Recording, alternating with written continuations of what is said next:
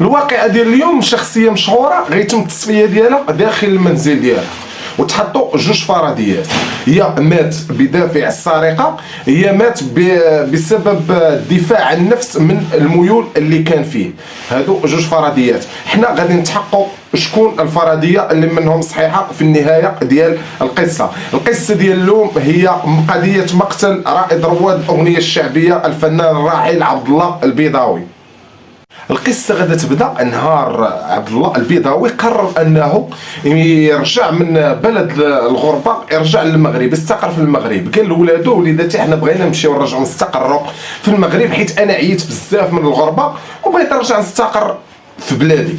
الزوجه ديالو عجبتها الفكره، حيت هي بغات ترجع للمغرب، بغات ترجع تسكن بينات ناسها. لكن ولادو كونهم انهم تزادوا في اوروبا وكفروا باوروبا جاتهم صعيبه وبحال ما عجبهمش الحال انهم يرجعوا للمغرب.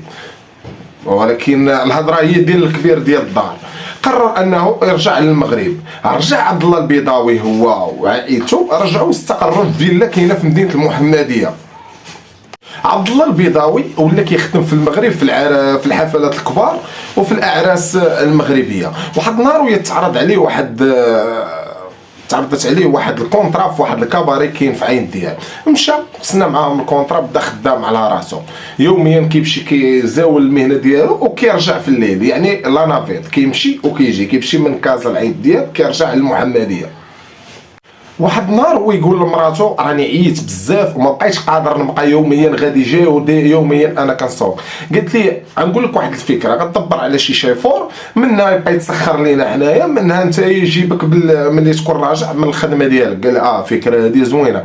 مشى طرح الفكره على شي شخص اللي كان معاه تماك في هذاك الكباري اللي كان هو خدام فيه. قال لي صافي انا غادي نشوف لك شي دري وراني كنعرفو. قال لي ولكن راه باقي صغير. قال لي ما كاينش مشكل، قال لي المهم غير يكون مزيان ويكون كيخدم مزيان ويجي في الوقت وهذه الى اخره.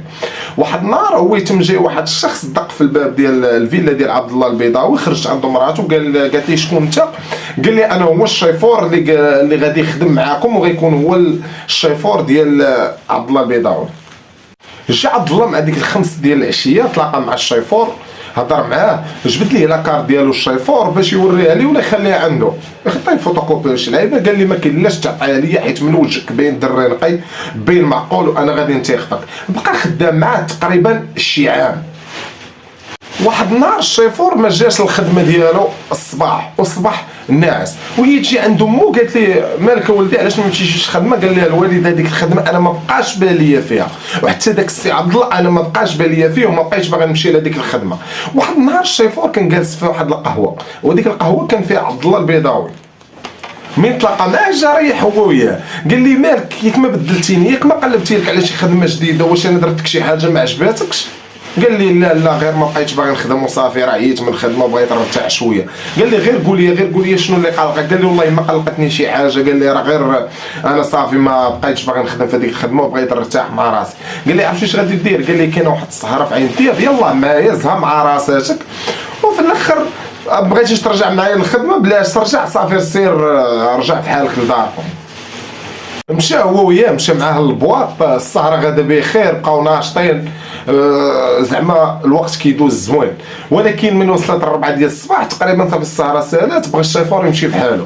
هو يقول لي عبد الله البيضاوي يلاه معايا، ما كاينلاش تمشي انت دابا ما تلقى لا طاكسي لا حتى شي حاجه، يلاه معايا الطوموبيل كاينه، نوصلوا للفيلا نعس مع راساتك الصباح صافي رجع لدارك. مشى هو وياه، ركب معاه في الطوموبيل، غير وصلوا للدار يلا دخلوا يلا شعل الضوء، بداو كروشيات، دخل لي ندخل لك. الشيفور زرب على عبد الله، جابوا الكاو قراطاه من هنايا وحزم لي يديه من الله، مول الامانه دا امانته. عبد الله مات الله يرحمه. الشيفور مشى دخل البيت النعاس ديال عبد الله، هو يهز كاع الذهوبات اللي كاينين تما، جمعهم ركب في واحد الطوموبيله كاينه في الكراج ومشى في حاله، هرب مع راساته. الشيفور مشى هز واحد الخليله ديالو اللي كانت معاه وهي عارفه راه انه كان خدام عند عبد الله، ركبها معاه ومشى هو وياه البنكرير، كراو تما كريعه وياه، عطا واحد جوج ديال الخواتم، قال لها سيري بيعهم باش نقضيو. قالت لي منين جبتي هاد الخواتم؟ قال لها راه عطاهم لي عبد الله. هي قالت ممكن يكون عطاهم لي، راه غير خدام معاه، راه ما كاين حتى شي مشكل، زعما راه غير عطاهم لي. صافي مشات قدات بهم الغراض. عبد الله كتعيط ليه مراته والو ما كيجاوبهاش، هو مولف غير كتصوني ليه كيجاوبها في البلاصه. مراتو غير وصلت للدار حلت الباب هو يبان لي عبد الله طايح، مشات كتجري لبيت النعاس باش تعيط على لومبيلونس ولا دير شي حاجه، لقات البيت كامل مرون. تماك عرفت وضربت ليها في راسها بان هذه راها سارقه. جاو البوليس، جات الشرطه العلميه، قلبوا داك الشيء، شافوا البصمات، شافوا اللعيبات، هما يعرفوا بان خونا راه ما ميتش موته عاديه وراه ميت مقتول.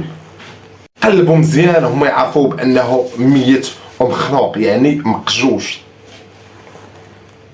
كاين تماك واحد العساس، راك عارفين الفيلات فيهم العساس، ملي بانوا ليه البوليس وبانت ليه القيامه مشى طلع عرف انه جريمه قتل وعبد الله مات، هو يمشي قال للبوليس، قال لهم راه ملي نزل بان لي معاه الشيفور واحد السيد، ها المواصفات ديالو، هذاك راه باينه فيه شيفور راه كان خدام معاه. البوليس هنا فرحوا، عندهم خيط، هو الشيفور ديالو خصهم يقلبوا عليه ويجيبوه منين ما كان. البوليس مشاو للدار ديال الشيفور يقلبوا عليه، يجيبوه يحققوا معاه، كان هو ملفع راه غينال الجزاء ديالو، ما كان داير والو، راه غادي يجيبوه غيطلقوا.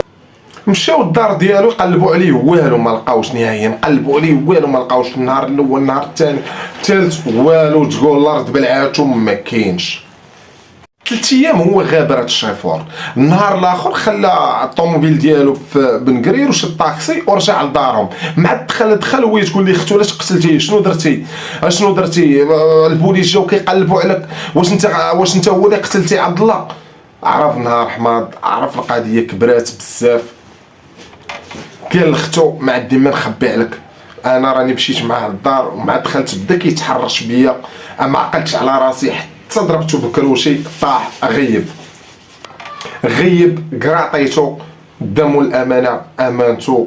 وهي تقول لي اختو دابا راه ما عندك علاش بقات هارب، غتمشي تقول للبوليس شنو كاين، هما غيعرفوا شنو كاين.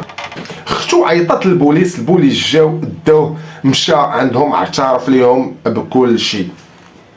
الشيفور الخوت تحكم عليه بالمؤبد بتهمه القتل العمد، والخليله ديالو اللي كانت معاه حكموا عليها بعامين حبس. الخليله ديالو حكموا عليها بعامين بتهمه اخفاء المسروقات. وهنا الخوت غتكون سهلات القصه. اللي وصل الخوت حتى لهنا دير ديك ابوني ودير ديك لايك فضلا وليس امرا، بارطاجي الفيديو مع اصحابك باش يوصلك كل جديد. الخوت لا ثقه في عتيقه لحد الان. هاد القصه السيد قال بانه تحرش بيا وانا ما كنت مفوت، ما عقدتش على راسي تضربته تمو الامانه دا امانته. وعبد الله البيضاوي مات ودا السر ديال القضيه معاه. واش فعلا عبد الله البيضاوي كان عنده ميول ولا غير داكشي اللي كان، حيت ما كانوش في الوعي ديالهم تهيأ للشيفور بانه كيتحرش به، داكشي مشى وبقى سر ديال هاد القضيه اللي ما معروفش، وهذه غير هضره قالها الشيفور، اما الحقيقه مشات مع عبد الله البيضاوي. خوت الى فيديو قادم، كان معكم عمر الوهابي لقصه قادمه. بيز اند لوف.